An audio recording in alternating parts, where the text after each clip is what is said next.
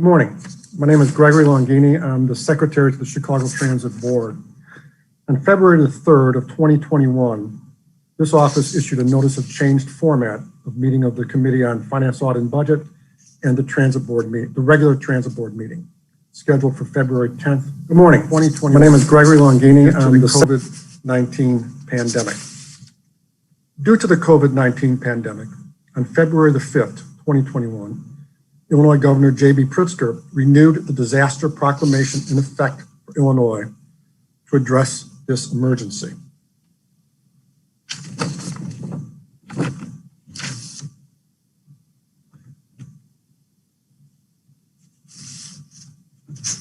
One second, please. Because the disaster proclamation is still in effect in the state of Illinois, this meeting is being held pursuant to the amended provision of the Open Meetings Act, that is Section 7E, which allows for virtual public meetings as long as the disaster proclamation is in effect. With that, Chairman Silver, we may begin the meeting of the Finance, Audit, and Budget Committee. Good morning. Good morning. I would like to call to order the February 10, 2021 meeting of the Committee on Finance, Audit, and Budget. Will the Secretary call the roll? Yes. Director Miller. Here. Director Jakes. Here. Director Irvine. Here. Director Alvarez. Here. And Chairman Silva. Here. We have a quorum with all 5 members of the committee present, sir. Our first order of business is the approval of the committee minutes of January 13, 2021. May I have a motion to approve? So moved. Second. Moved by Director Jakes, seconded by Director Miller. I will now take a roll on that. Director Miller? Yes. Director Jakes? Yes. Director Irvine? Yes. Director Alvarez? Yes. Chairman Silva? Yes. That motion is approved with 5 yes votes, sir. We may proceed on the agenda. Our next order of business is the finance report. Jeremy Fine.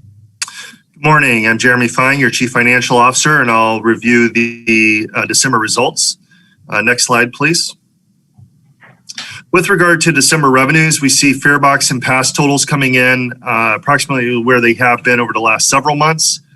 We see fare and pass totals down about $32 million to budget. We see the reduced fare subsidy coming in at budget. We see non-fare box totals coming in similar to what we've seen over the last few months as well, down about $4 million.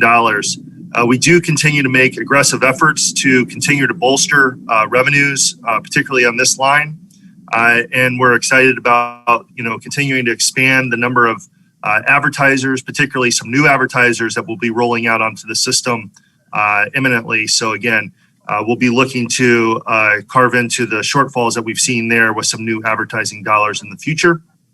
But overall, for the month of December, we see total revenues down about $36 million to budget. The critical component here has been CARES funding, and we'll talk about that more in a moment. Next slide, please. With regard to year-to-date revenues, we see a similar trend on the various line items. We see fare and pass totals down about $350 million. The reduced fare subsidy coming in at budget. Non-fare box totals down about $30 million. So overall, on a year-to-date basis, we see system-generated revenues down about $380 million to budget. On the next slides, we talk about our expenses and how we've done a great job of continuing to control expenses throughout the pandemic. We see labor here slightly unfavorable on a monthly basis, due to some end-of-year adjustments that we always do. So again, we see some unfavorability to the tune of about $4.4 million. We see materials coming in essentially at budget. Fuel and power have been a great performer for us throughout the year and including this month. So we see about $500,000 of positive variance for fuel and a little under $1 million, about $800,000 for power. Injuries and damages and security services coming in essentially at budget. And then other expenses was favorable by about $4.3 million for the month. So overall for the month of December, we end up positive to budget by about $1.2 million. If you flip to the next slide, you see how we've been able to continue this trend throughout the year. We see labor coming in essentially at budget, slightly down. Same with materials. Fuel and power have been very strong performers throughout the year, where we've been able to garner over $7-8 million on each of those line items throughout the year. I&D and security services coming in essentially at budget, and then other expenses coming in a little less than $20 million, about $19 million of favorability on that line item. So overall for the year, we are favorable by about $32-33 million. So again, a great effort by the various departments at CTA to continue to control expenses in a very trying time. But this has allowed us to stretch the CARES dollars, which I'll talk more about in a moment, as far as we can. Next slide, please. With regard to our public funding, again, we see the trends continuing that we've seen over the last several months. We see sales tax. Just as a reminder, we receive sales tax 3 months in arrears. So it will still take a couple more months for us to finalize the results for public funding for 2020. But here in October results, we see those unfavorable, down about $7 million. PTF, which is attributed to January of 2021, is positive by about $3 million. And the RET, the cumulative RET, is down about $2 million. So overall, we're down about $6 million, $5.7 million. Again, in line with what we've seen over the last several months. But if you flip to the next page, that trend, that recent trend, is better than what we saw at the earlier part of the pandemic, where we saw a more unfavorable stance on our public funding. As you see here, sales tax through October is down a little over $50 million, PTF down about $37 million, and then the RET down about $20 million in aggregate. So overall, we're down on public funding about $112 million on a year-to-date basis. Again, CARES funding is the critical component here to staunch the bleeding on both the system-generated revenue as well as public funding. We'll turn the page to the CARES Act draws. For the month, we're drawing about $45 million. Again, that's been the trend here recently. Overall, for the year, we will have drawn $450 million, which equates to about 55% of the total CARES 1 Act allocation of $817 million. So again, that effort to control our expenses allowed us to carry over funds into 2021. In addition to that, there was a CARES 2 package that was passed at the end of 2020, beginning of 2021. We're still working with the RTA for the allocation of those funds. But again, we will have carryover funds from the original $817 million. And again, that was bolstered by the fact that we were able to control our expenses in a very meaningful way. On the next slide, we talk about our commodities. We continue with the RFP process for fuel and natural gas. We've been able to lock in at very favorable rates on fuel, power, and natural gas. Fuel has come up a little bit, but we're currently, and it's dipped back down slightly. We're currently at about $2.05 a gallon. To kind of put that in perspective, we locked in 2021, at $2.25, and we locked in 2020 at $2.67. So even with a slight, increase recently, that's ebbed a little bit.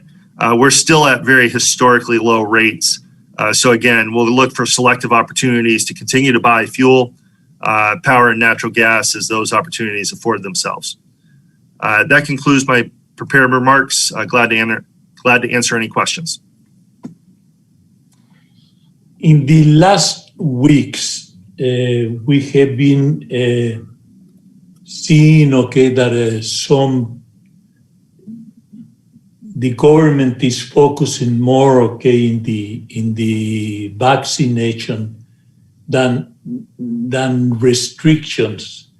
Do we see that, ourselves, that we are getting close, to lift some of the restrictions that we have been having?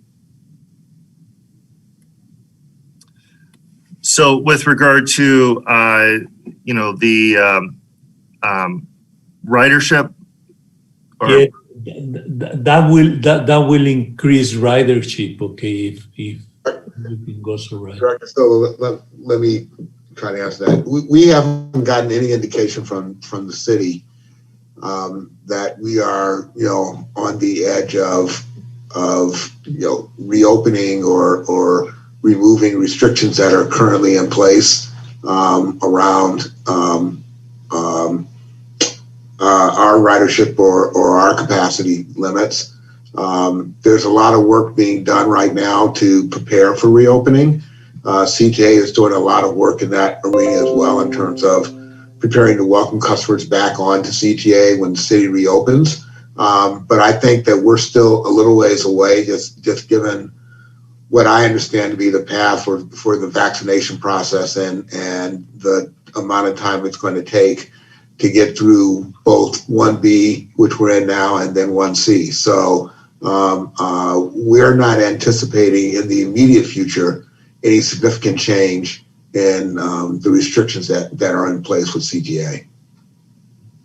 Thank you. Any further questions, Chairman Silva? No more questions from me. Okay, thank you. Director Alvarez-Rosales? I guess it's almost the opposite side of what Director Silva asked, but in line with that, because we still have to promote masks and, washing hands and everything amongst our employees and the public. So do you anticipate that incurring any additional expenses? I guess that's more my question. Or do we stay status quo until we get through this? Well, I mean, we've already sort of factored into our budget for this year the PPE and other equipment that we're going to need as the pandemic continues. As you all are aware, the federal government recently imposed a federal mandate requiring people who are using public transit to wear masks. That's consistent with the policies and the code of conduct that this board approved, almost a year ago with regards to masks. And so while we're updating some of our customer information to inform them of the federal mandate and the potential fines that are associated with that, there's no additional direct expense that we believe is going to come out of that process that will add to the expenditures that we're already making in terms of both the masks we provide to our employees as well as the masks that we're providing to customers through our pilot program and through our healthy safety kits. So at this point, no, I don't see anything that should significantly impact our budget around this one particular issue. Okay, I guess my only other comment is, again, Jeremy and the whole team, thanks for the work done on controlling the expenses and extending the CARES Act money as much as possible. So that's really great to see that. That's all. Thank you. I would point out to the board, as Jeremy mentioned, we are expecting another tranche of money for CTA under the RISA Act, which was the second emergency relief fund that Congress passed about a month or two ago. We're still waiting for RTA to determine how those funds will be divided up. We expect to know that between now and March. But at that point in time, we will be able to significantly address the budget deficit that I know we're carrying right now in anticipation of the receipt of those funds. So we'll continue to keep the board updated as to the progress on that conversation with RTA. And obviously, when we get final, determination on what the numbers will be for CTA, we will inform the board of what that means in terms of the deficit that we're currently identifying in our budget, which hopefully will no longer be an issue going forward. I'm very optimistic that that's where we're going to end up, but we still have to wait for RTA to make the final decisions on how the funds will be allocated. Is RTA the one in charge, to make the decision of how much? Yes. Yes, because the funds are allocated to the entire region and not to CTA directly. RTA has to then decide how those funds get redistributed between CTA, Metro, and PACE. Good. Thank you. Thank you. Any questions, Director Miller? No question. Director Jakes? President Carter, as far as vaccination is concerned, it's not dealing with finances, but as far as vaccinations are concerned, is there any conversation regarding rail and bus operators being put in that essential list to move them ahead?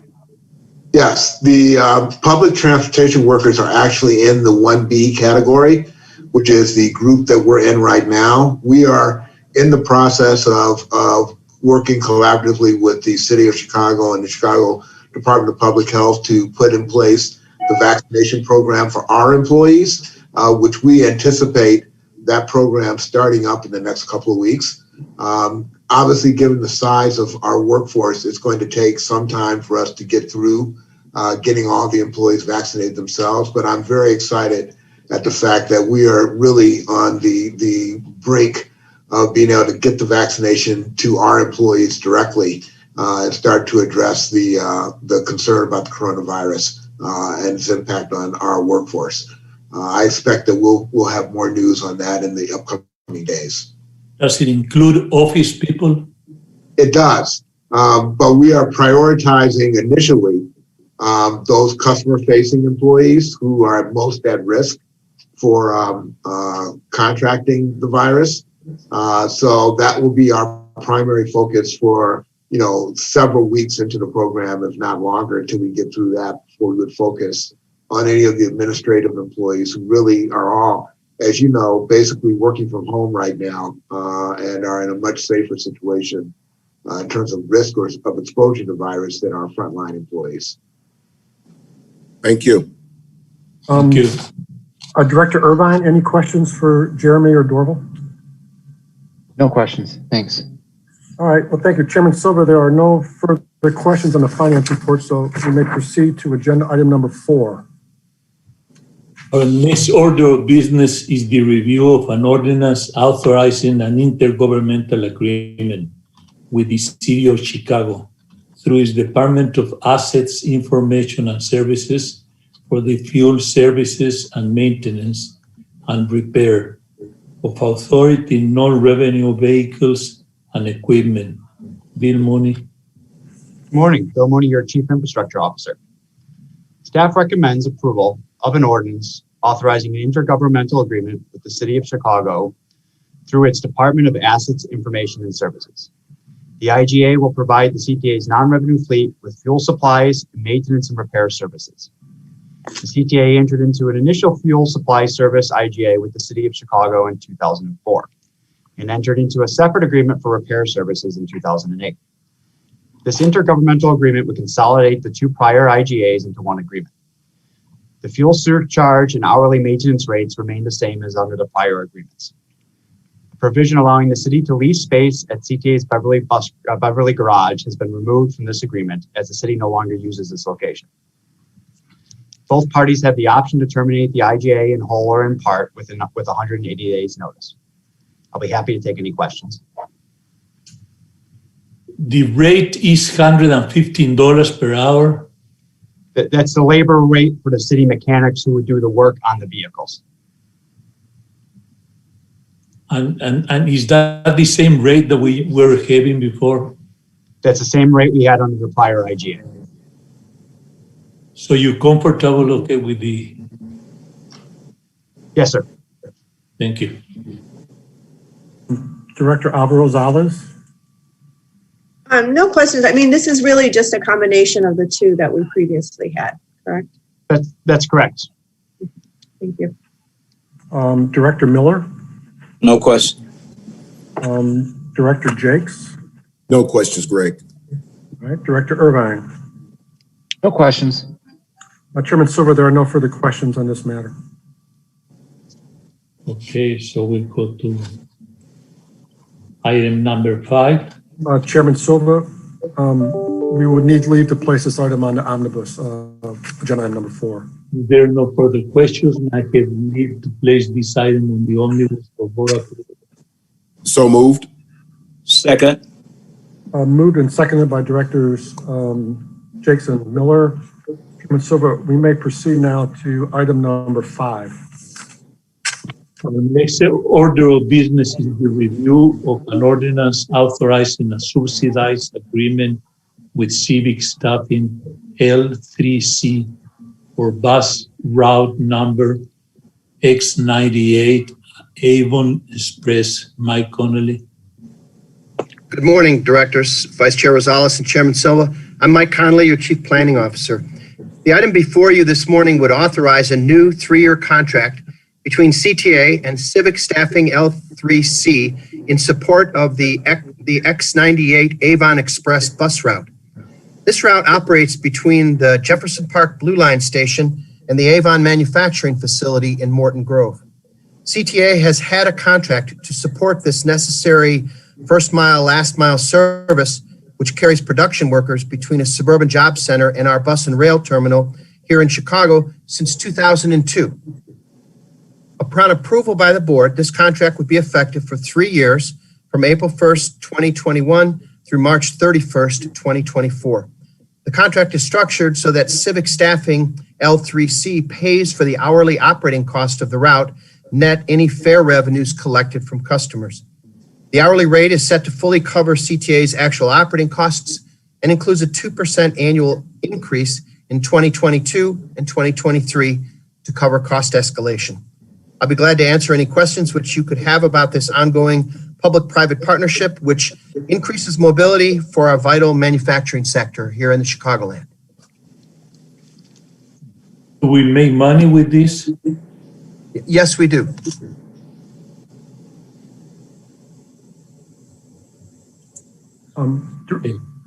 Thank you. Director Alvaro Rosales. Good idea, no questions. Okay, thank you. Director Miller. No questions. Director Jakes. No questions. Director Irvine. No questions. There are no further questions, Chairman Silva.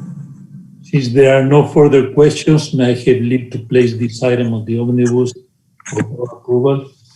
So moved. Second. Moved and seconded by Directors Jakes and Miller. Chairman Silva, we may now proceed to the contracts, starting with number A1. Next order of business is contract A1, bus purchase contract.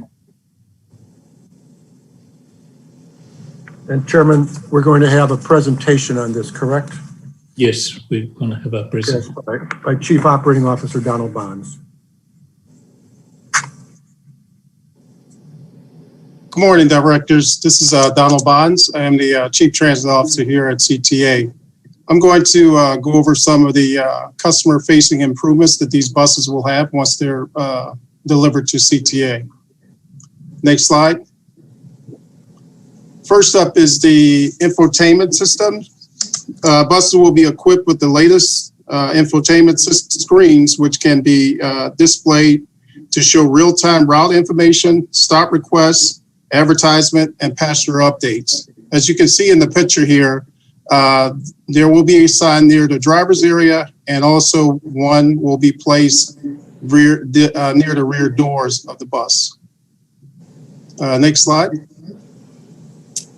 Okay, these buses will also be equipped with ramps manufactured by Fedco. The new ramps increase the flat area to 31 inches to prevent mobile devices from rolling back.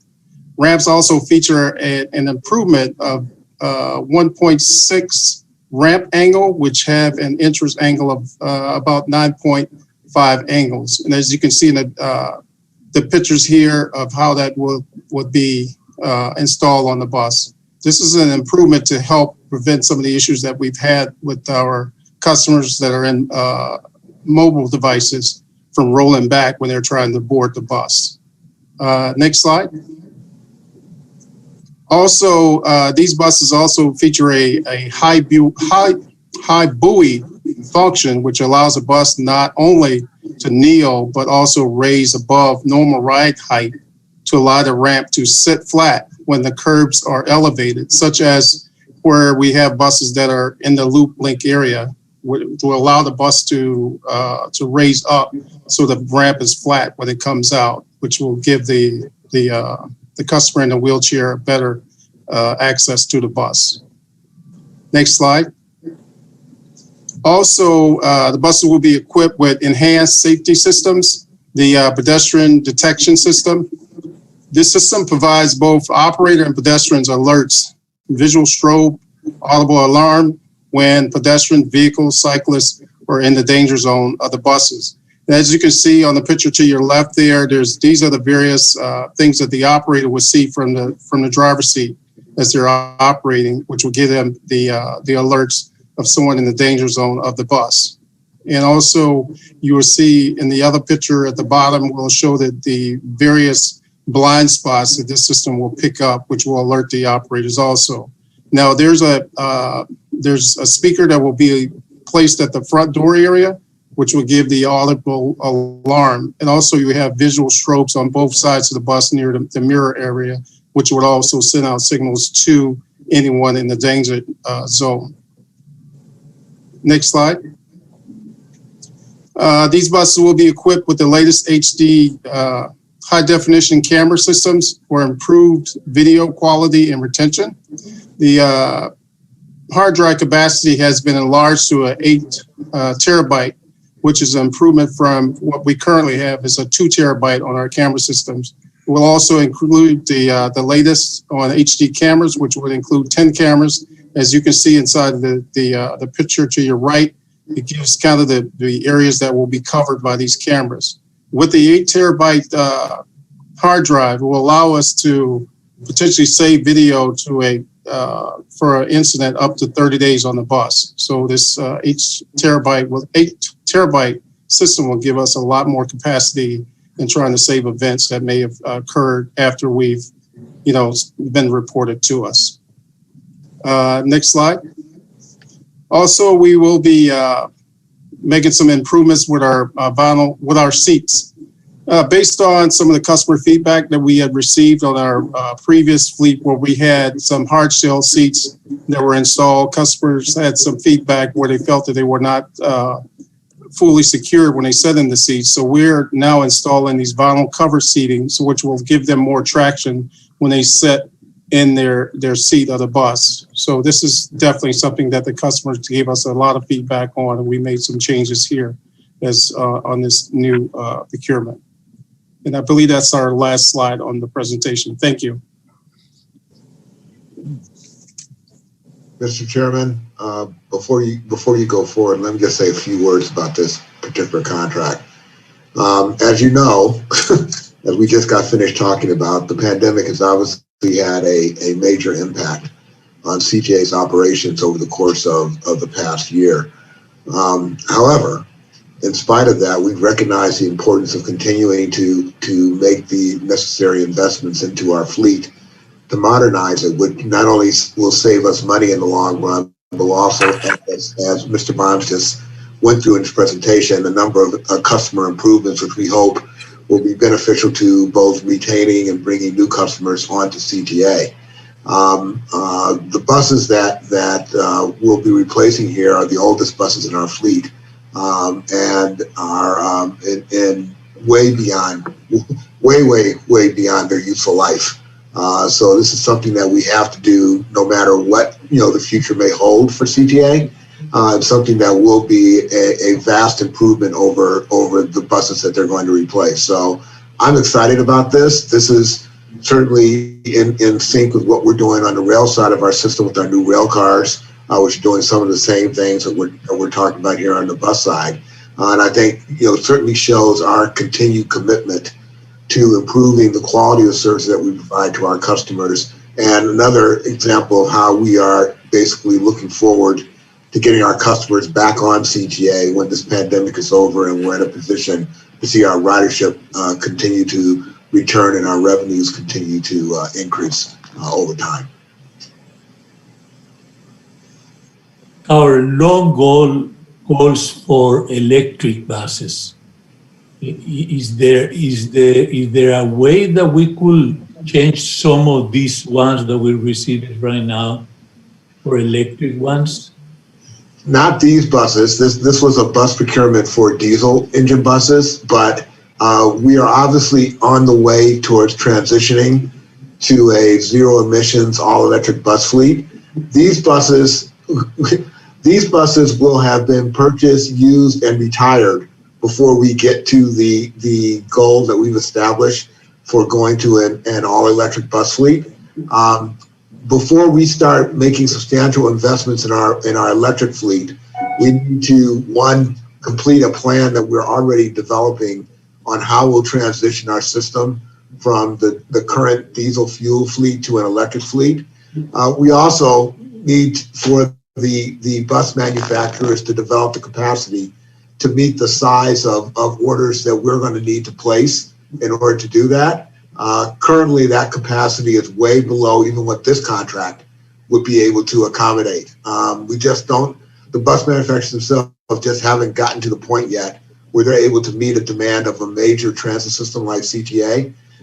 Having said that, we are continuing to buy electric buses and expand our small fleet of electric buses. We have an order underway right now for delivery of buses. We have plans over the course of the next several years to buy more buses, along with putting in place the infrastructure for charging stations that will allow us to utilize those buses in a greater area of our service. As you've seen from Bill Mooney's construction reports, the building of charging stations is a project in and of itself. And so not only do we have to deal with the reality of buying the vehicles, we also have to deal with the reality of the cost of putting in place the infrastructure to support those vehicles. So, we still have a ways to go before we get to that point. But these buses will not in any way impact our goal or our deadline for going to a zero emissions all electric bus fleet under our current stated plans.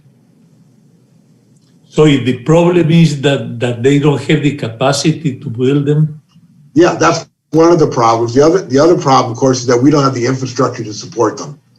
We don't have enough charging stations yet to even utilize these buses in any great number. The stations we're putting in place are going to support the small, an increasing number of electric buses that we're buying. But compared to our overall bus fleet, we're talking about electric buses that are in the neighborhood of 20 or 30 buses. And that will start to grow exponentially in the upcoming years, but we're not ready to start doing that yet. In the meantime, I have to continue replacing my bus fleet for all the reasons that we just discussed, both in terms of the cost and efficiencies that we get from newer buses. And I will point out that these diesel buses are much more efficient and cleaner that they're replacing. So we are getting some benefit, environmental benefit for what we're doing, but also just recognizing the fact that we can't continue to run these buses too much longer. And so in order to maintain the reliability of our fleet, which is something that Don, views as his big challenge as our fleet gets older, it's necessary for us to buy these buses at this point in time. Thank you. Director Alba Rosales? No, just great job on the purchase of these buses. I mean, it's the safety, the visual audible, that's great on the security side, the accessibility. Question on the cameras, the video cameras that are inside. Are the police able to access them from outside if they need to? No, we're not set up for that yet. Okay. You say be able to tap into the system itself? Yeah. Yeah. No, the only thing we have is currently we can do that at our control center, be able to tap into a bus and see live what may be happening on an incident. But we're able to do it from the control center. So, yes. Yeah. Okay. And if they need access, we can do that. Okay. And then the seats are great. I mean, they're easy to clean and to keep clean, which is fantastic. I think that's one of the big. And I know that you mentioned before in the briefing that as we're going through this, we're showing it to the individual pilots just to make sure we're on the right track and putting in things. Yes, yes, we are. Pedestrians. Okay, great. Oh, thank you. Those are my comments. Thank you. Director Miller, any questions? Yes. With these new buses, are there opportunity for, in case of another pandemic, as far as the cleaning, does it have opportunity with that already will we be doing the same type of cleaning that we're doing on the old buses? And then lastly, are we using the old buses as we've done in the past for any particular programs? Well, I can tell you the cleaning process will remain the same because we have a pretty standard cleaning process that we use for all our buses and trains right now. And so that will not change. As far as your other question, as far as what we'll do with the old buses as they're retired, well, they have reached their inner life, which we cannot go and sell them or use them for other purposes other than maybe to, as far as parts or things like that. But there's no way to put it back into service somewhere else for another purpose. No. Okay, thank you. Director Jakes, any questions? Director Miller, just to clarify, Mr. Bond's report, usually what we do with those buses is scrap them. CTA will strip them for parts that we think are helpful for the rest of the fleet, and then we will sell it for scrap and basically collect some money back from the buses at that point in time. So we don't usually keep old buses around for any other purpose at that point. We basically feel it's better to get them off the property. We don't have any place to store them, to be quite honest with you, and then get a little bit of revenue we can from them by scrapping the metal parts at that point. Okay, thank you. Thank you, President Carter. Director Jakes, any questions? No questions. As I said to Mr. Bonds yesterday, and I'll now say to our president, great job. I think that is very important that we continue to progress. We talk about being a world-class city. We need world-class buses and make sure that we are environmentally friendly. So kudos to you. Thank you. Director Irvine. First, I love the new buses. I love all the new features. I'm really excited to see the ADA Advisory Committee members get a chance to, kick the tires and check out all the features when we get a prototype. That's a little ways down the road, but one question I had, that high buoy feature, is that something that's already pretty common on buses that NOVA has made? Yes, it is. And also, we already are using the high buoy on the current new NOVA buses that we have, that we bought, the 450. We have updated those to be able to use the high buoy feature on those. So it's just a matter of programming in the bus to be able to do it, because it just it brings it all the way up higher than what it normally is. So it's all programmed into the bus. Okay, that's great. Thank you. No other questions. Thank you, directors. So there are no further questions on A1, so we may proceed to the next item, which is A2. Our next order of business is contract number A2, a cleaning services contract. Any questions, Chairman Silva? Can you tell us, about the DBE contract with these purchases? Yes, good morning, Director Silva. The proposed DBE has had several prime and subcontracts with CTA. So they do have a history performing on our contracts. And what percentage it is? Can you repeat? Yes, the 30% is the commitment. 30%. Yes. Thank you. And they've been compliant with that, right? This is a new contract. So they've committed to the 30%. Okay, thank you. Thank you. Director Alvarez-Rosales? No, I guess my only question is, I'm assuming a lot of the workers are located in Chicago, even for the prime. You almost have to, right? But just double checking. Yes, that is our assumption. The employees that they're using had currently been working on a contract located in the Chicagoland area. They're no longer needed for that contract, so they were furloughed from there. So they're going to be now transitioned to this contract. We did ask them, since they're out east, are you going to be bringing people in? And they said no, they'll definitely be people from the local area. Great, thank you, Ellen. Sure. Director Miller, any questions? No question. Director Jakes? No questions, Greg. Thank you. Director Irvine. No questions. All right, then all the questions are finished, Chairman Silva, so we may proceed to contract B as in boy 1. Our next order of business is contract number B1, a change order to an electric transit bus contract. Chairman Silva, any questions? No, I don't have questions. Not on this one. Director Alvarez, No questions. Director Miller, No questions? Director Jakes. Questions? No questions. Director Irvine. No questions. Thank you. Chairman Silva, we're finished with this item, so we may proceed to B2. Our next order of business is contract number B2, a change order to a sanitation contract. Chairman Silva? Is this and the contract A2 okay? Are there similar contracts?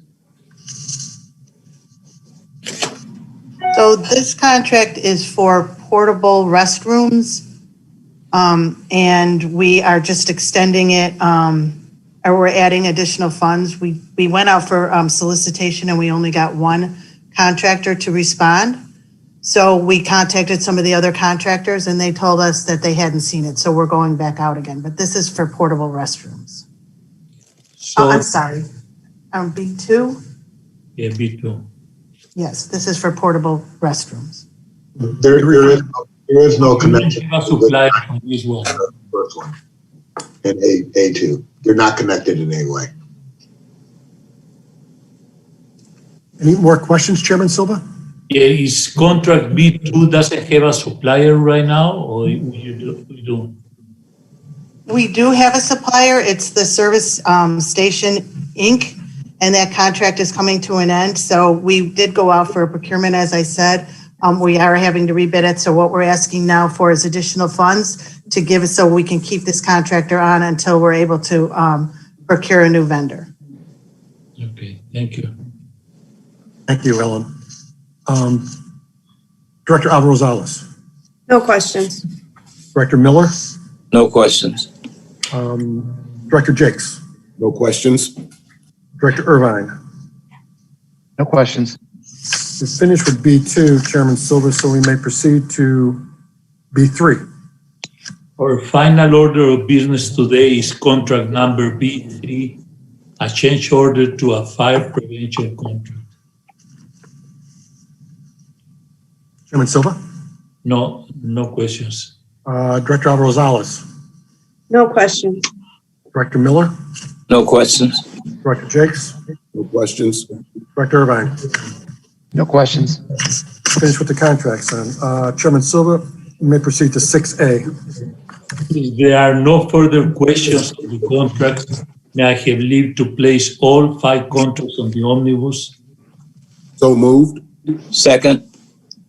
Moved and seconded by Directors Jakes and Miller. Chairman, we may proceed to number 6B.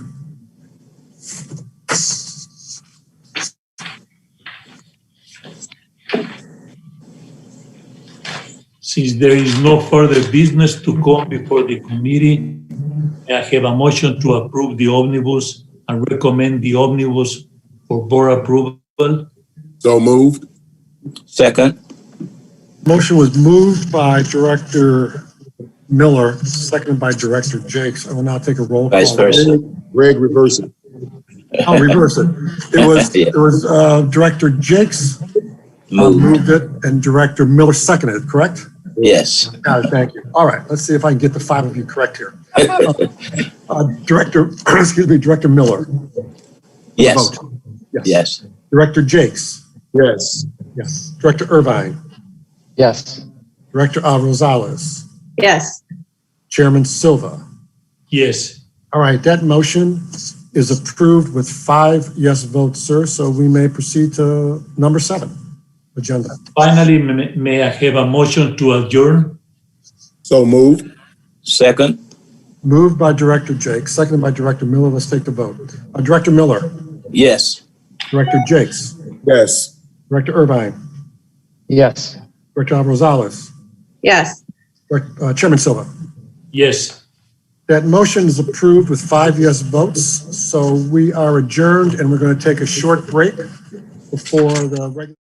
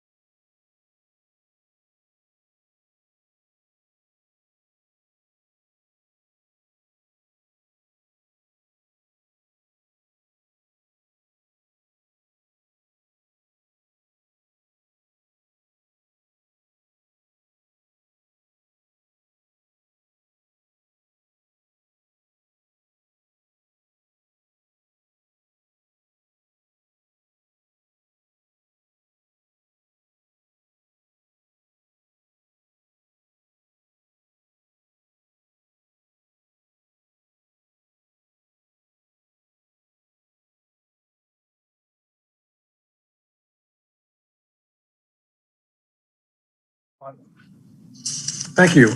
Chairman Alvarez, we may begin the meeting.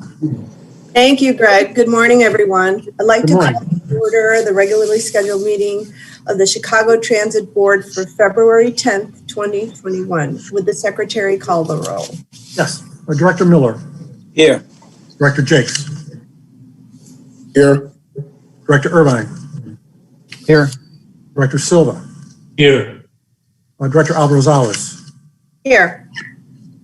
Chairman, we have a quorum with all 5 members of the board present, and also let the record show that President Carter and General Counsel Karen Simetti are also participating in this meeting. Great. Thank you, Greg. Our first order of business today is public comment. Greg, do we have public comment? Yes, we do. We have 3 public comment speakers today, and we are going to begin with Ms. Minerva Garcia. And just to remind all the public comment speakers that we could ask you to please try to keep your comments to 3 minutes or so. Thank you. Ms. Garcia? Thank you and good morning.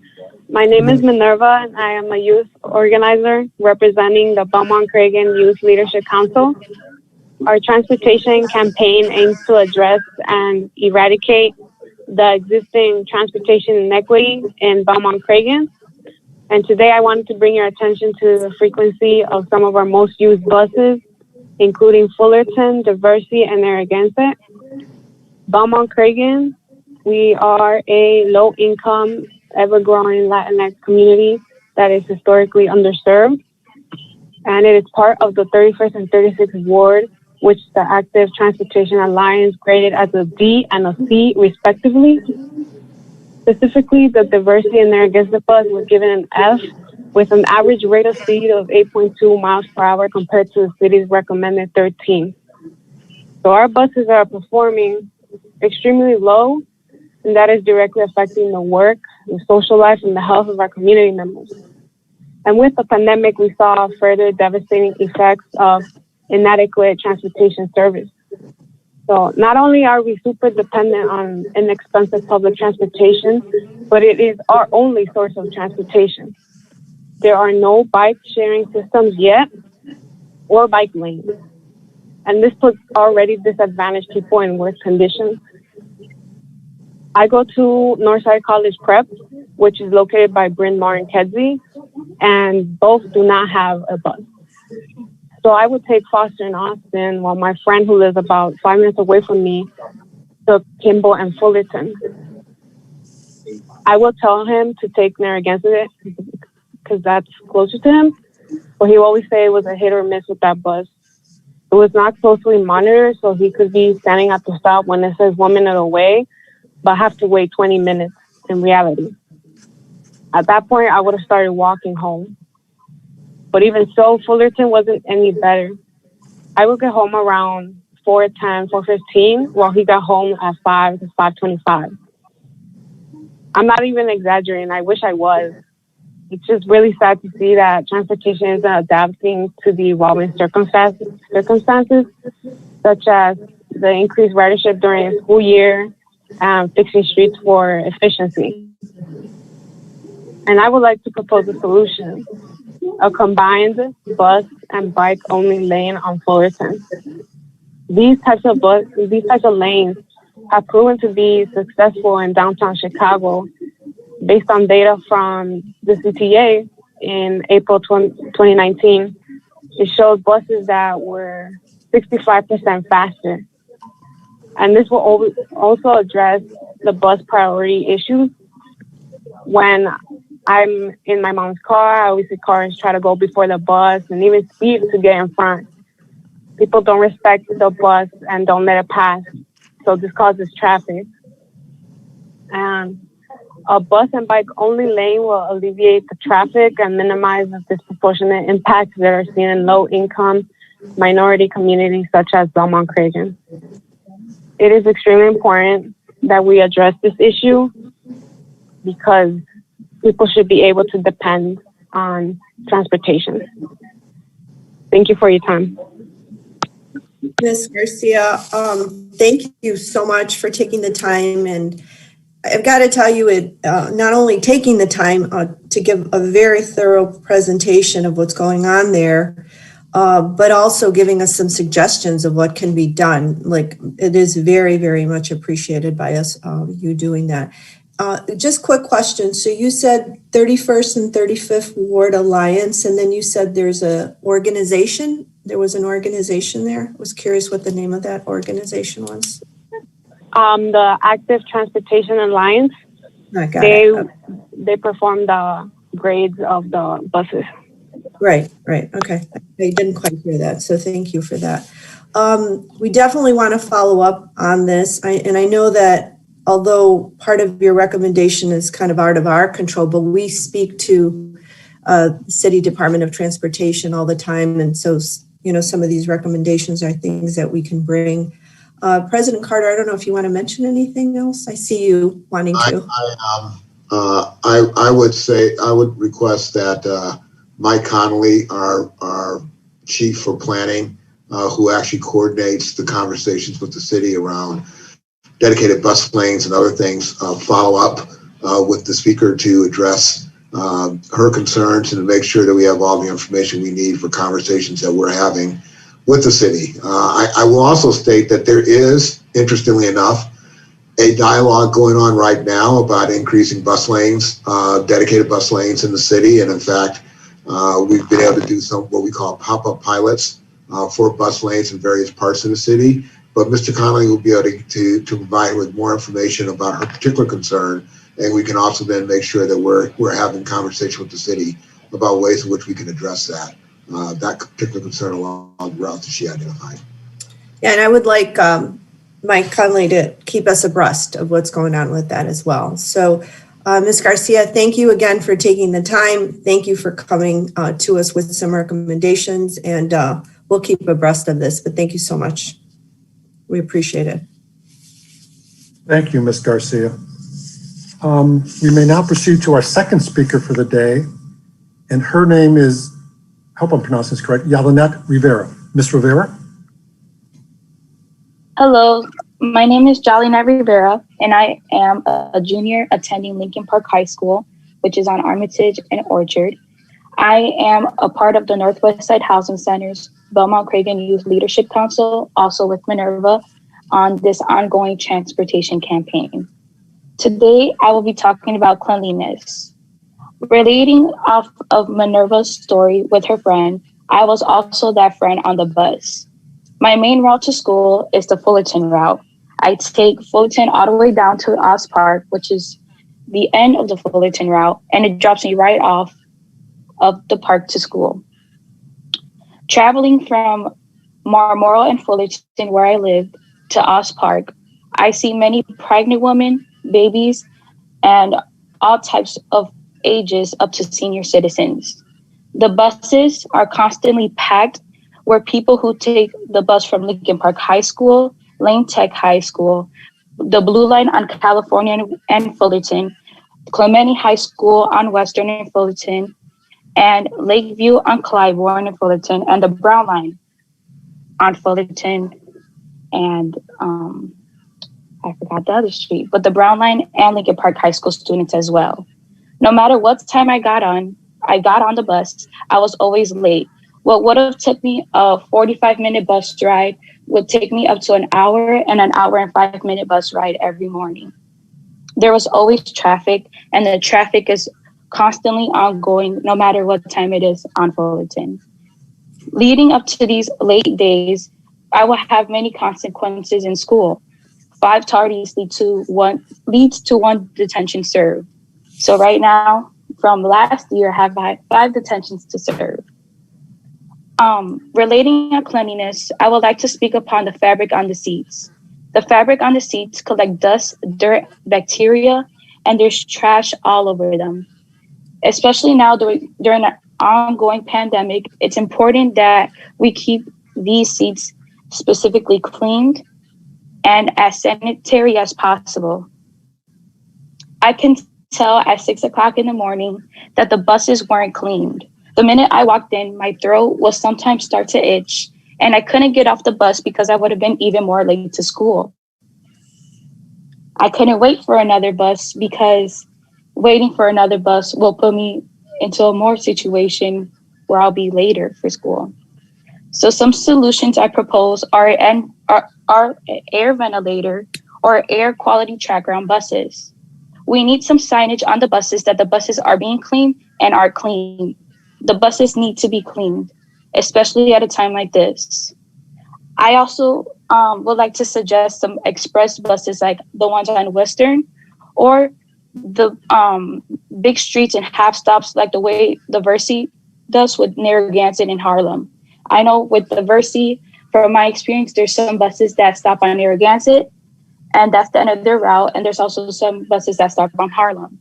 With a street as big as Fullerton, I advise that this is a big solution or can be a big solution to the traffic and to the time the buses come. I will also like to give the solution to the seats to be switched to the new plastic seats. It will also be easier to clean and it'll be easier to wipe down compared to the fabric seats.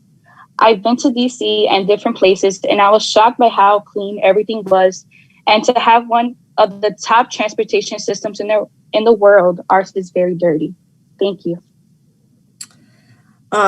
Ms. Rivera, thank you also for presenting today and sharing with us some of your concerns, a variety of your concerns.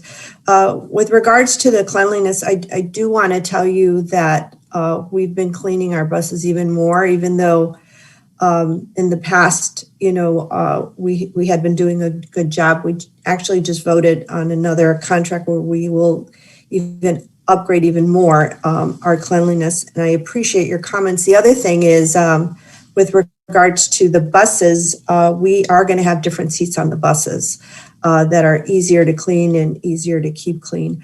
And I appreciate very much all of your comments and suggestions. We will take them all into account. I do want to have someone who from our team, executive staff level, Chief Transit Officer Donald Bonds, follow up with you and on all the concerns that you presented. But we are very grateful that you came before us today and expressed your concerns and expressed some suggestions. So thank you very much for that, Ms. Rivera. Thank you so much. I agree. I feel like in order for people to be more aware with the cleanliness, that the signage is very important, even if it's on the bus. We need some kind of signage on a constant day reminder that we as the public know that the buses are being cleaned, because a lot of people won't know that the minute they walk into the bus. So even having some kind of sign or some kind of app change or something on the venture tracker, like something to tell us that the buses were being cleaned, what was the last time they're being cleaned, just some kind of signage or reminder, so most people could feel safe and most people could be reminded that the buses are being cleaned. That's a good idea. Thank you. Thank you so much for contacting us, Ms. Rivera. President Carter, you want to say something? I thought that was a very interesting idea.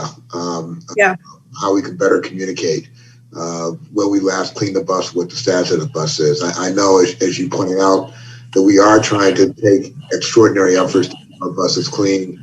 That obviously is always a challenge in terms of our day-to-day operations. But I will also have my communications team work on some additional messaging that we can coordinate with Mr. Bonds and his team on how we're cleaning those buses, and I think just importantly, how to let us know if you see something on our bus that you think is not up to the standards it should be, so that we can take action to deal with it right away.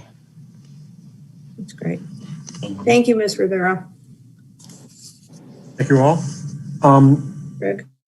Chairman, our third speaker is named Val, the V as in victory, Zimnicki. So I will turn it over to Mr. Zimnicki. Good morning. Mr. Zimnicki, are you on? Still muted. Mr. Zimnicki, please press *6 on your phone to unmute.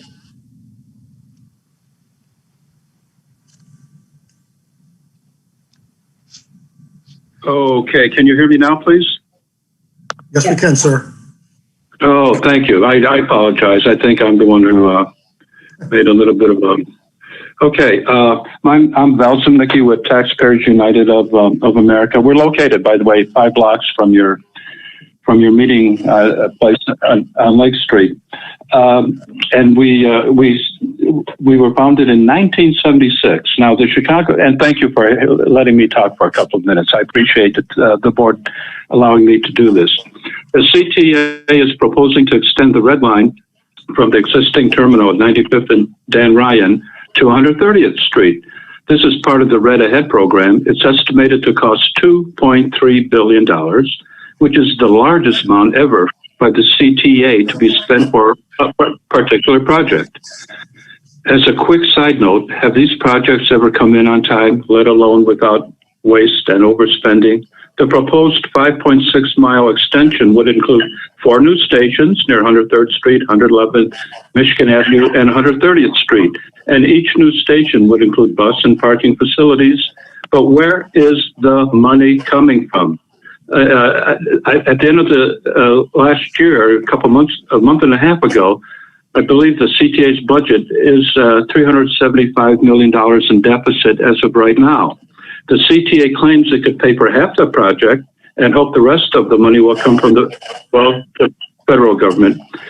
Actually, Chicago's citizens should prepare for new tax line items on their real estate taxes to pay for this. That seems to be a usual solution in Illinois. That's been unfortunately normal procedure, and that's in large part why many people have been moving out of the... Hello? You're still on, No. Mr. Okay, thank you. If we, I think most of the bureaucrats and legislators say if we build it, maybe they will come, but for sure we will tax them to pay for it. The red line extension is unnecessary and expensive. How many people will use it? Projections are always optimistic and always seem to fall short. At a staggering $410 million a mile, will it pay for itself?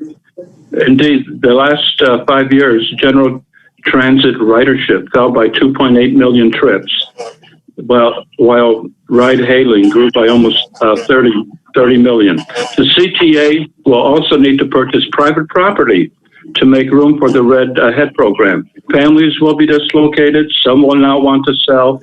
Will the CTA enforce condemnation procedures? Will just compensation be satisfied? Will individuals be satisfied with what they receive money-wise? Will renters be properly relocated? The CTA wants to extend services to a dwindling population. They're going to Wisconsin, to Indiana, to Florida, and so on. While not all the funding is identified. And my final comment, will eminent domain take away property rights? What about the inevitable cost overruns? And they are, we all know that. For these reasons and others, we oppose the red line extension, and I thank you very much for hearing me out. I do appreciate it. Thank you, Mr. Simetti, and your oppositions are noted. And we really appreciate you coming before us and sharing your thoughts and the concerns of the organization that you're involved with, Taxpayers United of America as well. What I'd like to do is though, to follow up, because you did have a number of questions, and our Chief Transit Officer, which is Mr. Donald Bonds, I'm going to ask him to follow up with you and, in detail, maybe answer some of the concerns and questions that you have as well.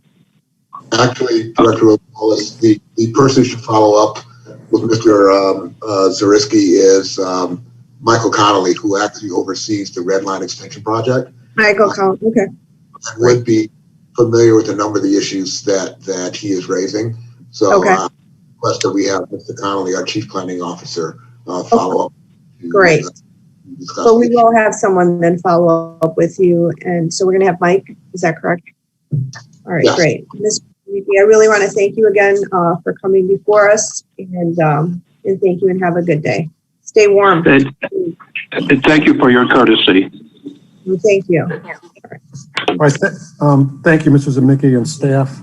That concludes the speaker portion of the public comment section, but just for the record, let the record show that 2 written submittals were submitted to my office to forward to the board. One by Susan Hurley, the Executive Director of Chicago Jobs with Justice. And the other one from Lonnie Stevenson, who is the International President of the International Brotherhood of Electrical Workers, and I have forwarded those. And so with those comments, Chairman, the public comments section of today's meeting is concluded. Great. Thank you, Greg. So our next order of business today is the approval of the January 13th board minutes. The minutes have been previously distributed. So I would like now to entertain a motion to approve those minutes of the regular board meeting of January 13th, 2021. So moved. Second. Moved by Director Jakes, seconded by Director Miller. I'll take the vote on the minutes. Director Miller. Yes. Director Jakes. Yes. Director Irvine. Yes. Director Silva. Yes. Chairman Alvaro Rosales. Yes. That motion is approved with 5 yes votes, ma'am. Great. Thank you. Our next order of business is executive session. It is my understanding, Karen, that there is executive session today. Yes, Vice Chair, we will have executive session pursuant to Section 2, Paragraph C, Subparagraph 11 of the Open Meetings Act. It will be a short one. Okay. I would like now to entertain a motion to recess into executive session per the reasons stated by our counsel. So moved, Director. Second. Moved and seconded by Director Jakes and Director Miller. I'll now take a vote on the motion. Director Miller. Yes. Director Jakes. Yes. Director Irvine. Yes. Director Silva. Yes. Chairman Alvaro Rosales. Yes. That motion is approved with 5 yes votes. So we are now recessed into executive session for a few minutes. Thank you.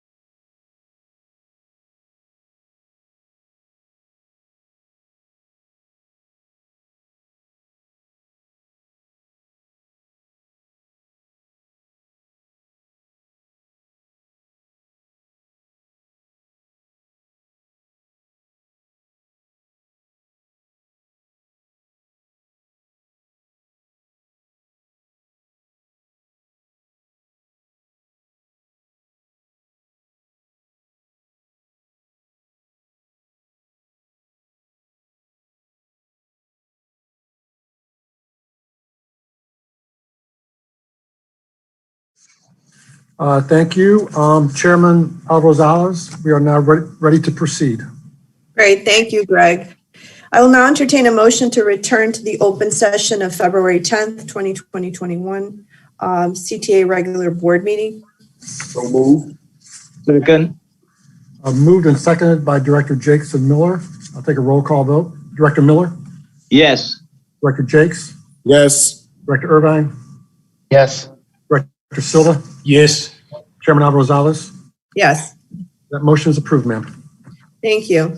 The board will now consider agenda item number 4-A, an item discussed in executive session. Karen? Thank you, Vice Chair. Item 4A is the recommended resolution of a lawsuit entitled Angelique Land Harms versus Chicago Transit Authority. This involves an accident that occurred on September 10th, 2016 at approximately 11:15 a.m. when the plaintiff, Angelique Land Harms, was attempting to board the Route 81 bus at the Jefferson Park Terminal. There was an accident at the time she was intending to board. She was up next to the bus as the bus pulled away, running over and permanently injuring her left foot. The law department recommends that this lawsuit be resolved following a day-long mediation for the amount of $2 million. Thank you, Karen. If there are no questions, I will now entertain a motion to approve an ordinance recommending a settlement of $2 million in the case of Angelique Land Arms versus Chicago Transit Authority, case number 2017-0085-10.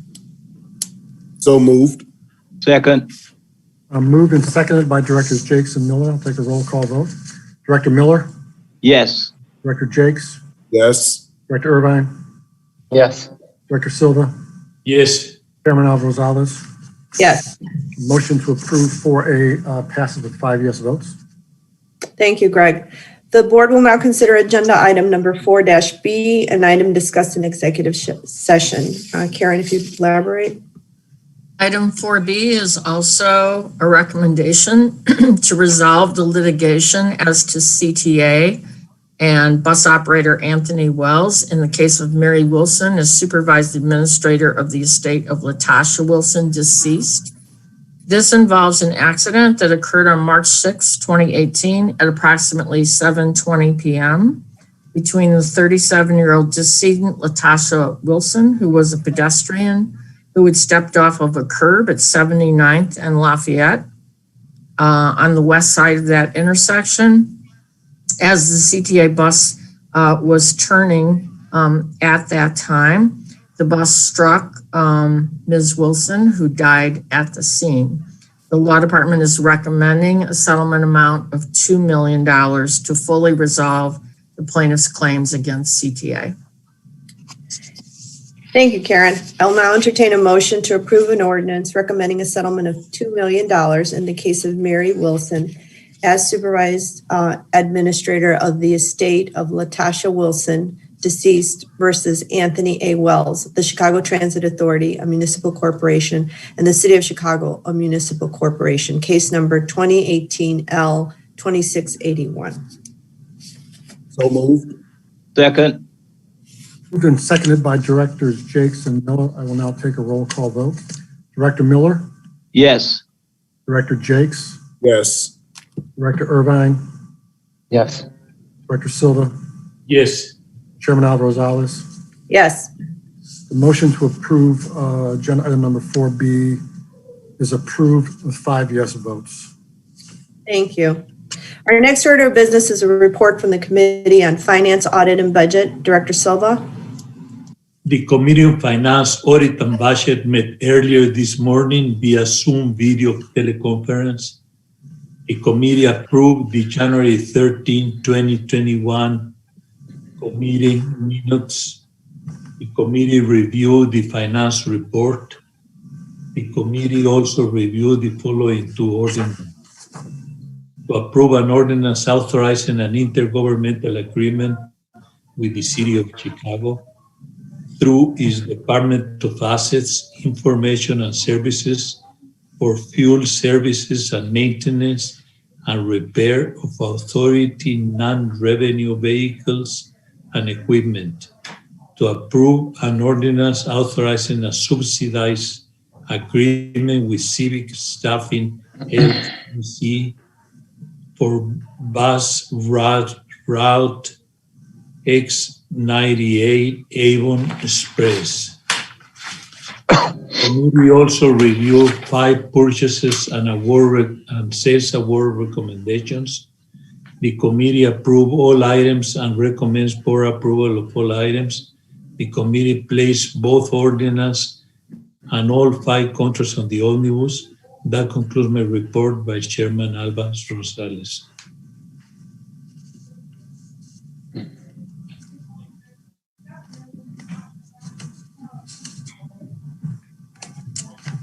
So the report is now been presented, Director Alba Rosales. Oh, can you hear me now? Sorry about that. Now we can hear you. Yeah, not sure what happened there. Thank you, Director Silva. Before we would move forward and I ask for a vote on that, I did want to mention that this was the CTA's first bus procurement utilizing the U.S. Employment Plan, USEP, as an evaluation criteria. And I know that we're going to be utilizing the Workforce Investment Opportunity Act, WIOA, to develop an outreach and training plan to hire disadvantaged workers. And I did want to ask, it was told to direct this to Tom McComb to please keep us as the board updated on how this moves forward, especially since this is the first time that this is being done. Yeah, definitely, Director Rosales. We'll be happy to. And as part of the contract, we require ongoing reporting from the contractor. So we are going to be monitoring that closely, and we'll be happy to provide that information to the board as well. And as you said, we're really excited that we were able to use the U.S. Employment Plan on this contract for the first time ever on one of our bus procurements. So we'll be happy to keep you updated on the status. Great. Thank you so much for that. Again, thank you, Director Silva. And now I'd like to ask for a motion to approve the omnibus as stated by Director Silva. So moved. Second. Moved and seconded by Directors Jakes and Miller. Director Miller? Yes. Director Jakes? Yes. Director Irvine? Yes. Director Silva? Yes. Chairman Alba Rosales? Yes. That motion to approve all the items on the agenda is approved with 5 yes votes. Thank you. Our next order of business is the construction report, and I'd like to ask for Mooney to give us that. I'm not sure if he. Hello, my name is Bill Mooney, your Chief Infrastructure Officer again. Today I've got our construction report, and we'll begin with the first project we normally speak about, our Your New Blue Signals project. You can flip ahead one slide, please. The project continues on budget and tight to schedule. We continue to cut over signal houses. We actually are in the process of commissioning our 4th location, which is Nagel.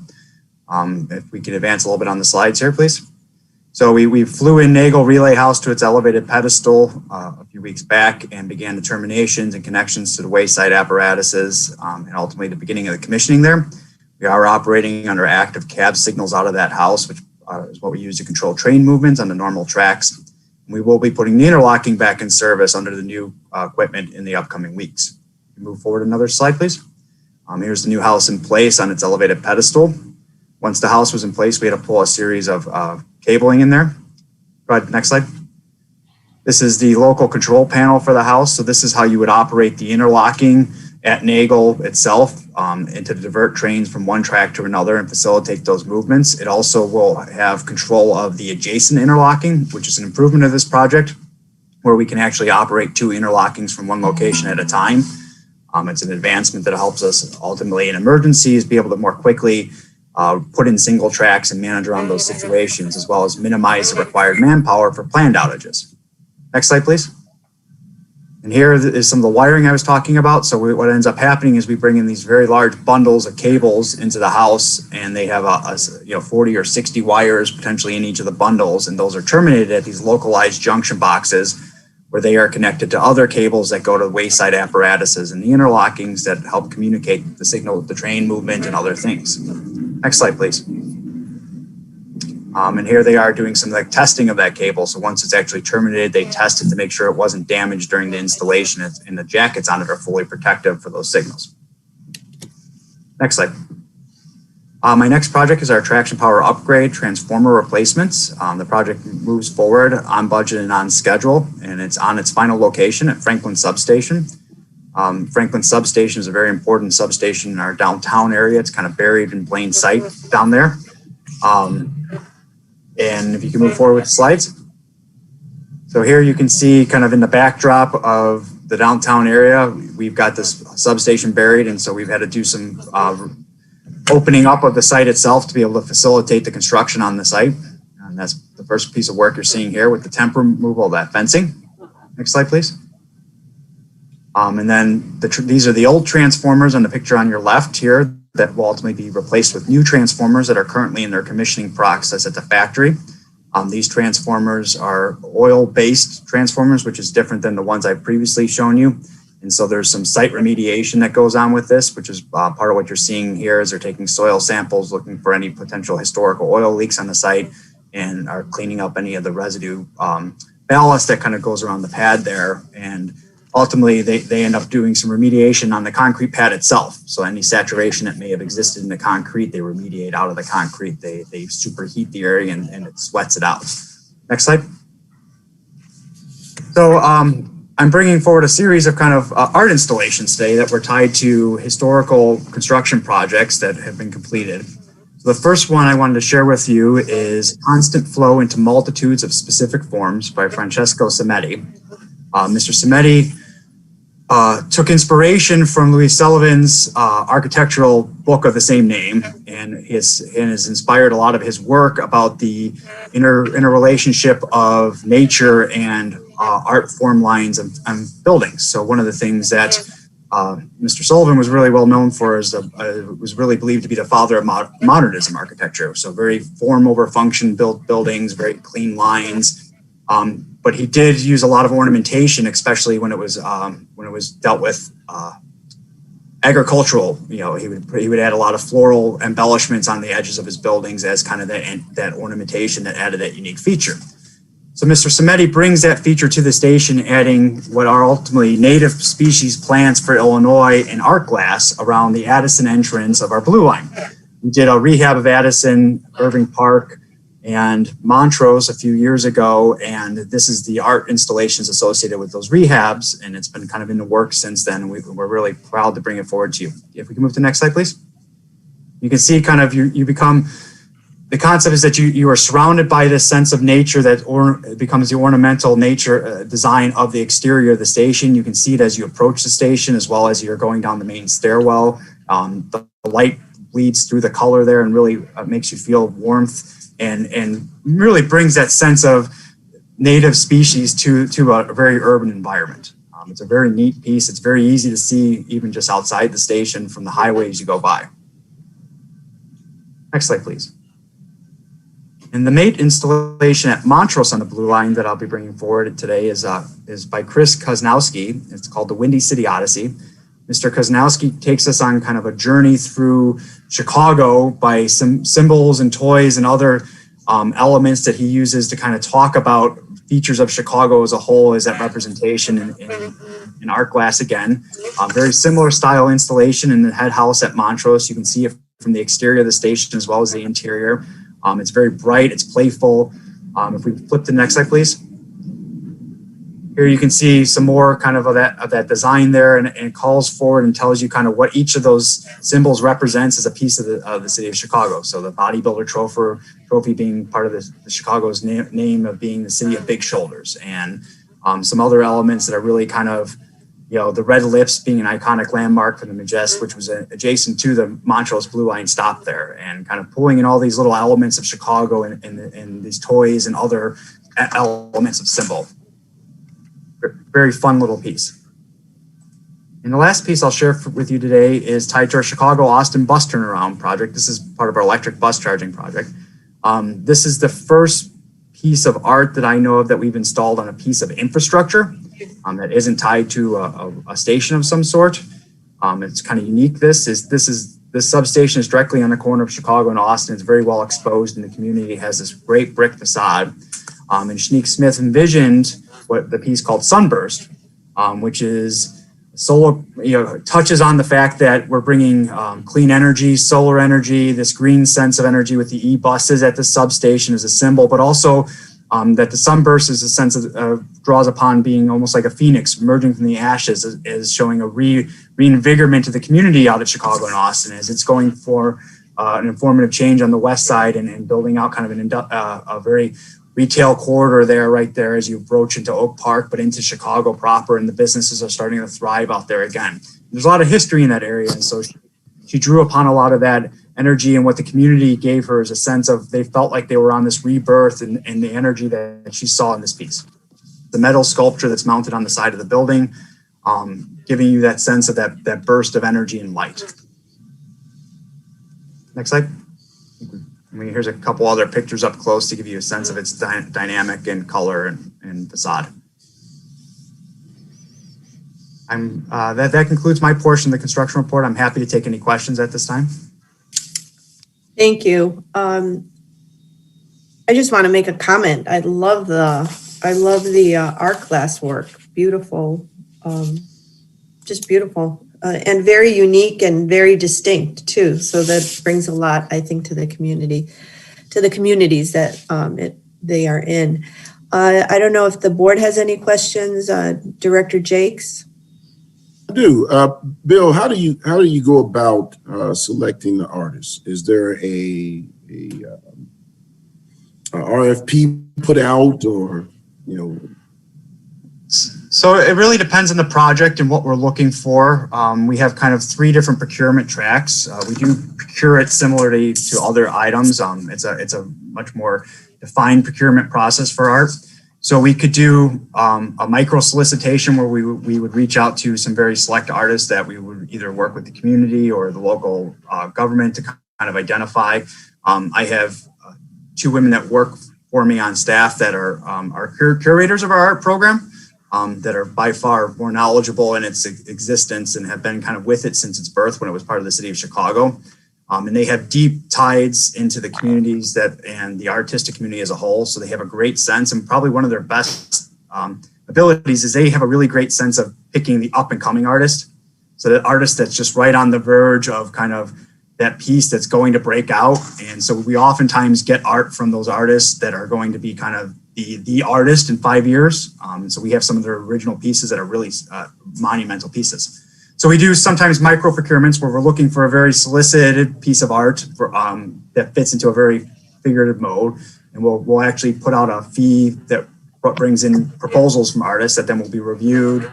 And from there, the committee would review the art and make a selection based on the quality of the proposal. Sometimes depending on kind of what we're looking for, again, we may do a more open call where we do something in a more traditional RFP where we'd actually open it up to a whole group of people to provide a solicitation. In most cases, we actually pay a fee for the proposals. So we tend to kind of restrict the quantity of proposers so we can manage the cost of that fee. Because artists oftentimes, just to put together the concepts and do the research and the renderings, requires some output on their part. And they are kind of often, as we are getting into that community that is kind of on the merge, aren't necessarily of the high financial means, and then every once in a while we will do a more targeted selection. So like 95th Street where we have Theaster Gates pieces. That was a much more targeted selection where we did actually go and work with a very high-end artist that's world-renowned to be able to come in and bring his touch of that community on that piece. So there's kind of 3 avenues we work through on this. Okay, thank you. Thank you, Bill. I also want to just explain that there's also a community engagement piece that goes along with the creation of the art, so that we just don't create the art in our own little vacuum and then say, here it is. There's actually a significant amount of community engagement around the art itself that ultimately feeds into the final product. that allows us to really make sure that we have community buy-in in terms of what it is that we ultimately identify as the final piece. Yeah, I would add to President Carter's comments on that as we go out and actually do community meetings where we bring forward the artists and they do listening sessions with the community members to hear what they like, what inspires them in the community, kind of what the history and what they believe kind of their identity is. The artist also talks about their medium and how they actually vision art and how they form that art so that the community gets a sense, and they share some of the pieces they've done previously. So the community gets a sense of kind of what type of pieces that artist would be producing. And then after kind of we've got a concept, we'll represent that concept to the community and to the aldermen to share kind of this is what the artist's vision of this piece is, and oftentimes get some feedback. Art is a very personal thing, and no two people tend to like or see the piece the same way. And so you rarely ever do you have a formed community that sits there and says, oh, this is absolutely the greatest piece. But I would tell you that most of the time, those that were doubters of the piece, once they see it in reality, become converts and are inspired by how strong and great those pieces are once you see them kind of in their environment. Bill, do we update our website when we have these new pieces out there? Yeah, we actually do. We actually have kind of a contract with a high-end professional artist, art photographer that goes out and takes some after photos for us. And then from time to time, those get updated on our catalog is actually available on our website. With information about the artist at each of those rail stations and photos of those things. So great. We also have a wonderful art book if anyone's ever that you can procure through our website. That actually it's a great, very, very voluminous cover that goes through our gallery of art on our system, which is unique to the public art culture with over 80 pieces that the public can actually buy. It's a gorgeous book. It has amazing amounts of information and photos. So. I have it in my office, and people are always trying to take it from me. It is really a wonderful thing. You should feel free to direct them to the website, and we'll be glad to process their orders anytime. Now I will. Director Miller, do you have any questions? No, just say they did a great job. That's right in my area, so I pass through there at least twice a day. It's a head turner, and I'm excited to have it on the west side. Great, thank you. Director Ryan? No questions. Thanks for the presentation and all the backstory. Thank you. Director Silva, any questions? No questions, Director Silva? Okay. Thank you. And Bill Mooney, thank you for your presentation and for all the hard work and keeping us up to date on it. So I'd like to ask now Chris Buchel and Juan Pablo Prieto to make the presentations on RPM and diversity presentations. Great. Thank you very much, directors. RPM continues on budget and tight to schedule. We are still very much a design project, and we have advanced the design since the last time we spoke. It is coming to conclusion in this year, and we're working very hard to complete various aspects of it. At this point, really mostly details. Much of the basic structural work has been designed, and then as you've seen from photographs, much of it's being executed. More so at the moment on the bypass, but starting this year in the spring with the segmented box girder in the Lawrence to Bryn Mawr segment. In the bypass itself, as you've seen from recent photographs, we continue to advance the structural steel and assemble some of the largest pieces of that steel. In addition, we are starting to pour the concrete deck that goes on top of that steel that ultimately will hold the track, the signals and the traction power elements. So despite the weather, we continue to do that. When we're pouring concrete in this kind of weather, we take we have special conditions that the contractor has to follow in order to get the best result for that concrete. It generally, in its most complicated form, involves heating and creating kind of a tent around the concrete that we're pouring, which isn't all that exceptional, except the size of it is pretty big. In terms of the pre-stage work, as I said, we will in the spring of this year start building the segmented box girder. We call that first half of the box girder the stage A. So that work will be starting in the spring. In terms of pre-stage, you can see over my shoulder, we're doing a similar effort to Bill on the signaling system in the area of Lawrence to Bryn Mawr. This is inside one of the racks inside the relay house, in this case, inside one of our relay houses, in this case, Loyola, over my shoulder. We are also finishing the temporary stations. As you know, we are closing 2 stations and doing temporary stations at 2 others. So that work is nearing completion, and you'll see some photographs of that as we get into the presentation. And then finally, the box girder, you won't see any photographs of that, but rest assured that is advancing as well. If we could go to the next slide. I'd also like to show you some of the first renderings of the new rail stations.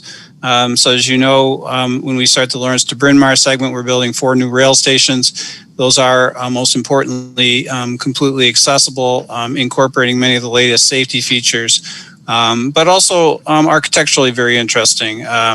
So since the last time we've met, we have released, President Carter and the mayor released the designs of these stations, and I just want to go over some of the renderings ahead of construction so the board can also see them in the presentation. So this is Lawrence. If you could advance to the next slide. Argyle, the Argyle station. Next slide.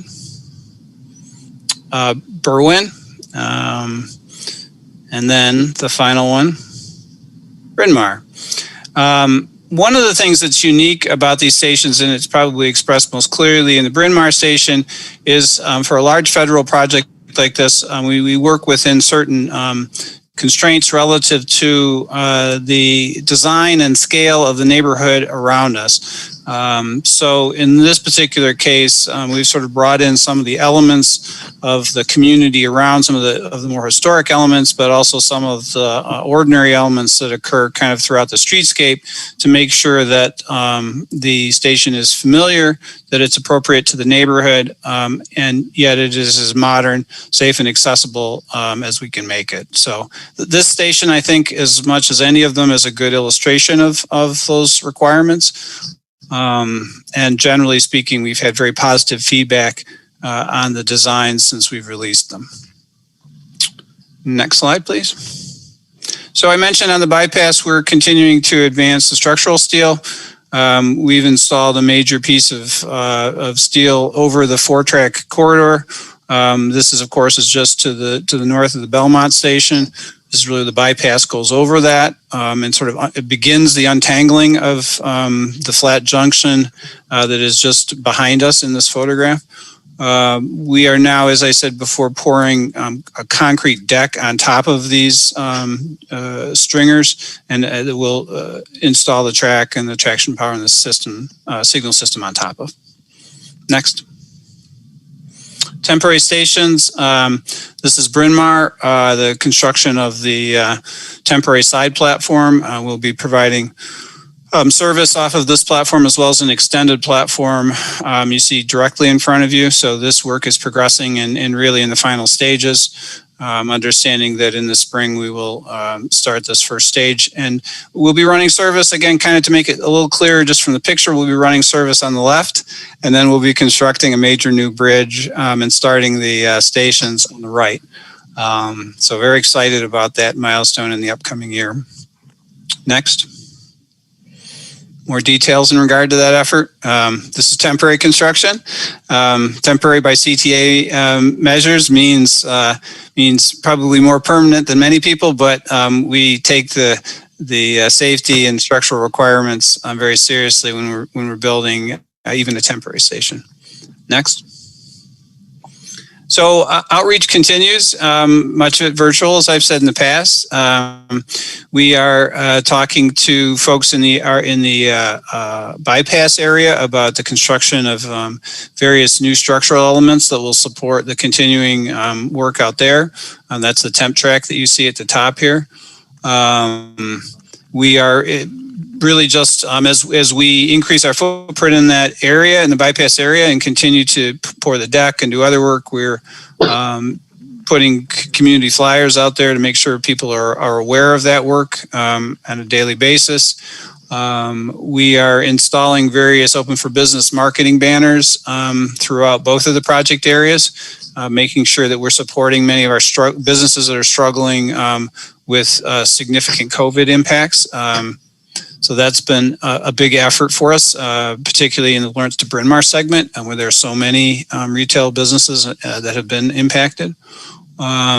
We are relocating some pavers in the area of Bryn Mawr that are important to the community. They were installed in an earlier effort with the city, so we're working with the community to make sure those are reinstalled in a way that respects the original intent of the work. We have virtual office hours. If someone from the community has a question and they want to ask it to the staff, gives them a safe and a good venue to do that.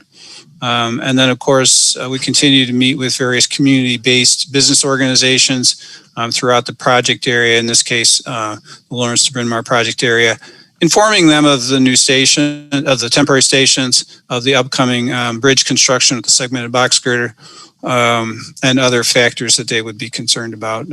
Really, at this point, focusing on coordinating what our construction efforts with any efforts they have regarding promoting their businesses, so that we make sure they are free and clear to address any concerns they have regarding COVID and programs that they're bringing forward, and that we're not stepping into that as a major constructor in the area. So with that, I'll turn it over to Juan Pablo. Or should we take questions now, or do you want to go to Juan Pablo? We can take questions, I think. Okay. Maybe just get through because there might be something more specific to what you presented. I just want to comment that the renderings of the station designs are really aesthetically very, very pleasing. Just, good work there. I thought that was really great to see. And are we getting any negative feedback from the community groups that we're talking to or reaching out there, or does everything seem to be working really smoothly? I'm not aware of any. I think most of the folks that have seen the designs have been impressed by them, and just look forward to having clean, well-lit, accessible stations. And I think that, in terms of the renderings, is communicated pretty clearly and in this case, pretty accurately. I have kind of a thing for inaccurate renderings, so we spent some time making sure they were shown from a reasonable perspective in various circumstances that mimicked real life as much as possible.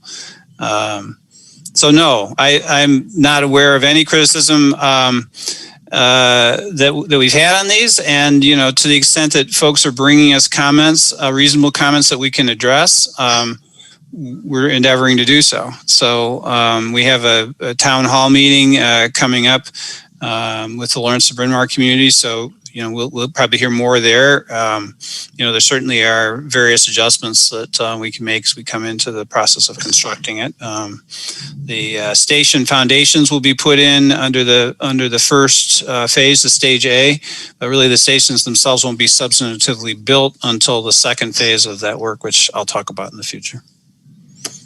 Great, thank you. I'll ask the board. Director Jakes, do you have any questions? No questions. Thank you. Director Miller? No question. Director Irvine? Just one is the Lawrence station, the station house is moving to the north side of Lawrence. Is that correct, Chris? Yes. Okay. All looks really good. Thank you. No other questions. Thank you. Director Silva? No questions? Okay, thank you. Thank you so much, Chris. We appreciate your presentation and all the hard work that everyone's doing. Thank everybody. I'd like to ask Juan Pablo Prieto. Good morning, Vice Chair and Directors. Juan Pablo Prieto, Director of Diversity Programs. So as we closed out 2020, we held a virtual event to cover both opportunities for DBEs on RPM and for individuals interested in a career in construction. We had 60 participants on the meeting, which Walsh Floor will follow up with to discuss specific opportunities. We also announced the application for the second round of the Elevating Futures Scholarship through Chicago Scholars. We received coverage from multiple media outlets and continue to encourage students interested in the opportunity to apply, and applications are due by March 1st. And that concludes my section of the report. Happy to answer any questions. How many do you expect? Do you have any idea about how many you expect on the scholarship component to apply for that? Do you have a feel for that? We received over 100 applications for the first round. Oh, that's very good. Yes. But you still have, so you're expecting around 100, if not more, probably. Correct. Yes. Great, that's good to hear. All right, I have no further questions, but I'll ask the board. Director Jakes, do you have any questions? No, no questions. Director Miller? No questions. Director Irvine? No questions. Director Silva? No questions. No questions. Okay, great. Thank you. Thank you. Thanks, Juan Pablo. Thank you. Appreciate your presentation and your hard work. So hopefully the scholarships keep going really, really well. Our next agenda item is new business. Greg, is there any new business? I am not aware of any new business today. Great. Well, with no further business to come before the board, may I have a motion to adjourn? So moved. Second. Moved by Director Jake, seconded by Director Miller. I'll now take a roll call vote. Director Miller? Yes. Director Jakes? Yes. Director Irvine? Yes. Director Silva? Yes. And Chairman Alvaro Rosales? Yes. Chairman, that motion passes with 5 yes votes. Great. Well, thank you, everybody. And Valentine's Day is coming up, so I'm wishing you a very happy Valentine's Day. Thanks.